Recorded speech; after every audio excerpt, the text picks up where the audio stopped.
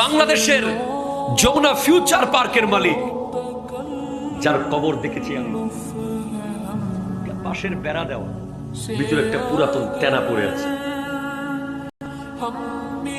টাকা দিয়ে রোড বানাতে পারবে, টাকার বান্ডিল দিয়ে। বাংলাদেশের শ্রেষ্ঠ একজন ব্যবসায়ী কোভিড-19 সময় দেখেছি, দুই ভাই আক্রান্ত, ভেন্টিলেটর আছে একটা, একজনকে বাঁচাতে হবে, দুজনকে দেওয়া যাচ্ছে না। অথচ যিনি এক মাসে একটা মেডিকেল বানাইতে পারে, এক সপ্তাহে একটা বানাইতে পারে, চলে গেছে। কথা বলেন ঠিক কিনা? কথা বলেন। চলে গেছে। ওই পাকিস্তানের সোহরাব সাইকেলের মালিক মিস্টার সোহরাব, উনি বলছেন ডক্টরকে, doctor I would like to see my family, please invite them. Doctor বলছিস ওকে, দে আর কামিং। তারা আসতেছে আপনার পরিবার আপনাকে দেখতে, কিন্তু তারা বলে দিয়েছে আমরা তাকে দেখতে যেতে পারবো না।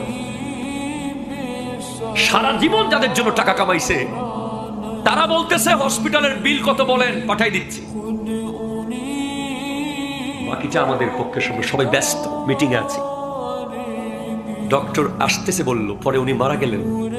অ্যাসিস্ট্যান্ট জিজ্ঞেস করছে, উনি তো আসবে না বলেছে, আপনি স্যার কেন রোগীকে আসতেছে বললেন? বলে আমি চেয়েছি উনি মরার আগে যেন আরেকবার না মরেন।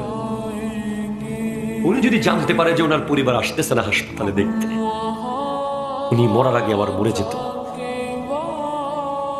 আমেরিকার ফ্যাশন ডিজাইনার কিরদেজা রদ্রিগেজ ক্যান্সারে আক্রান্ত হয়ে মাথার সমস্ত চুল পড়ে গেছে। একটা চিঠি লিখে দিয়ে গেছে পৃথিবীকে, এই পৃথিবীর মানুষ, আমি কিরদেজার চুল আঁচড়ানোর জন্য 10 জন বিউটিশিয়ান নিয়োগ করা আছে, কিন্তু আমার মাথায় আজকে চুল নাই। ক্যান্সারের কারণে সমস্ত চুল পড়ে গেছে। আমার ঘরের গ্যারেজে Lamborghini, Rolls Royce, Range Rover, Bugatti Veyron, আমার ড্রাইভার কনফিউজ হয়ে যায় কোন গাড়ি নিয়ে যাবে। আজ আমি হাসপাতালের হুইল চেয়ারে জীবন কাটাচ্ছি, গাড়িতে আর আমি উঠতে পারছি না।